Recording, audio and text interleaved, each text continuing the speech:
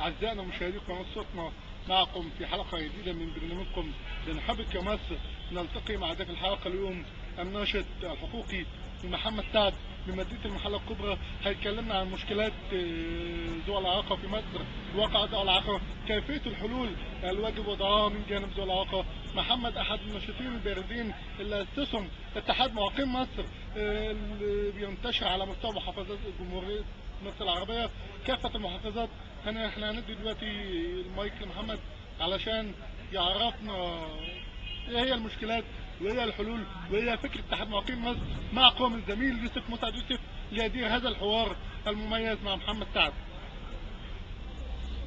بسم الله الرحمن الرحيم. اعزائي مشاهدي قناة صوتنا، نرحب بكم في لقاء متجدد مع برنامجكم بنحبك يا مصر، ونستضيف اليوم الناشط في مجال حقوق المعاقين الاستاذ محمد سعد، واحد مؤسسي اتحاد معاقي مصر. استاذ محمد بنرحب بيك. في البداية يا استاذ محمد نحب نتعرف من سيادتك ما هو دافع المعاقين تحديدا في انشاء اتحاد معاقي مصر. بسم الله الرحمن الرحيم. اولا انا بشكر جدا الاستاذ يوسف، بشكر الاستاذ رامز وكل القائمين على قناة صوتنا، القناة المتميزة والفريدة من نوعها. بشكرهم جدا جدا على اتاحة الفرصة الجميلة دي ليا. اولا انا من رأيي الشخصي المعاقين في مصر لا يقل معاناة ولا مأساة عن اخواننا في فلسطين او في العراق او انتهاك حقوقهم وادميتهم، وهو ده اللي احنا بنشوفه في مصر من مسؤولين ومن حكومة وممكن من مواطنين ومن شعب كمان. اما بالنسبة لهدف الاتحاد اللي احنا عملناه ده، عشان احنا اتكلمنا كتير واتحركنا كتير، اتكلمنا الحكومة والمسؤولين، وطبعا ما فيش رد وما فيش وليه مبالاة غير عادية من المسؤولين ومن الحكومة. ده غير طبعا نمنا في الشارع كذا يوم على الرصيف، عملنا كل ما يعمل ولكن ما لقناش رد ومن غير جدوى كل دول. فعشان كده فكرنا ان احنا نعمل حاجة بنفسنا لنفسنا وللمعاقين في مصر. فعملنا حاجة بتتكلم عن 12 مليون معاق في مصر، وهي طبعا ما فيش نسبة معينة لكن هم اكيد لا يقلوا عن 10 مليون. عملنا الاتحاد دون. اول حاجة بنطبقها في الاتحاد هو اسم الاتحاد نفسه او فكرة الاتحاد نفسه، هي كلمة الاتحاد. ده اول حاجة عايزين نطبقها. عايزين 12 مليون او 10 مليون في مصر يكونوا متحدين اكنهم فرد واحد في كل حاجة، في مطالبة بحقوقهم وفي معاملة مع حكومة ومسؤولين. فاحنا عايزين المعاقين كلهم في مصر يكونوا يد واحدة، يكونوا فرد واحد بيتكلم عن هدف واحد، بيطالبوا بحقوقهم. عايزين نبعد عن سياسة الأحزاب وعايزين تماسك، ويعني يكون في قدرة على الضغط عن الجهات المسؤولة لتحقيق هذه الحقوق. الاتحاد بتاعنا عايزين نقوم فيه كل شيء. عايزين عندنا في حملات وندوات توعية للأشخاص ذوي الإعاقة الخاصة.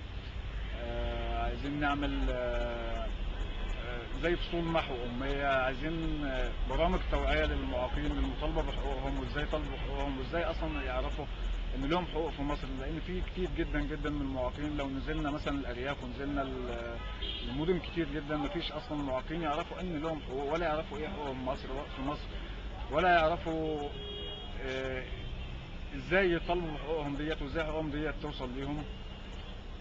فده كان الهدف بتاع الاتحاد بتاعنا، هو باختصار يعني التماسك والترابط والتوحد بين المعاقين في مصر والمطالبة بحقوقهم، ومعرفة ازاي الحق ده يوصل لنا كويس. وعلى قد ما هنتعب فان شاء الله ان احنا هنلاقي، وان شاء الله هناخد حقوقنا ان شاء الله باذن الله.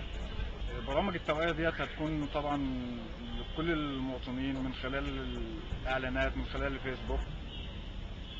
طب استاذ محمد، كيف تتعامل الحكومة مع ازمات ذوي الإعاقة في مصر؟ وهل ترى هناك مشكلات اخرى للمعاقين، وكيف حلها من وجهة نظرك؟ والله انا شايف ان دور المسؤولين في مصر ودور الحكومه في مصر هو نفس دور الدول العربيه من القضيه الفلسطينيه بالظبط، مفيش اي فرق بينهم. في طبعا لا مبالاه، وفي بالمعنى البلدي في تكبير دماغ عن اي شيء. يعني احنا لما كنا معتصمين وكنا امام مجلس الشعب وفضلنا نايمين على الرصيف فتره كبيره جدا جدا، ما لقناش اصلا اي حد يسمعنا ومفيش حد اهتم بينا. كانت خاصة أعضاء مجلس الشعب والنواب واللي كانوا بيخرجوا من المجلس بيخرجوا أصلا وهو مش شايفك، هو حاطط عينه على عربيته البي ام ولا المرسيدس، طالع عليها يركبها وعارف هو هيروح فين وهيعمل ايه. الناس اللي قدامه اللي مرميين على الرصيف دوت واللي بينادوا باسمه واللي حاطين اصواتهم عشان خاطره عشان ينتخبوه، طبعا هو مش شايفهم، هو طالع باصص لفوق، الناس دي طبعا تحت هو مش شايفهم. طالع مغمض عينه، يعني نقول فأغشيناهم فهم لا يبصرون. طلع في غشاوة على عينيه، ما هو شايف الناس اللي قاعدة دي. مش أعضاء مجلس الشعب، طبعا الحكومة المصرية كلها كده. مفيش حقوق بالمعاق بتوصل.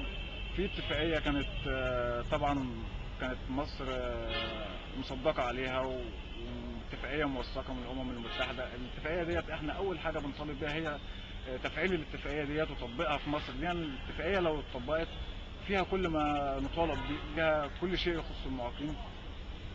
ده طبعا اكتر حاجه ان احنا بنطلب بيها وبنطالب بها الحكومه، تفعيل الاتفاقيه اللي مصر فعلا مصدقه عليها دوليا،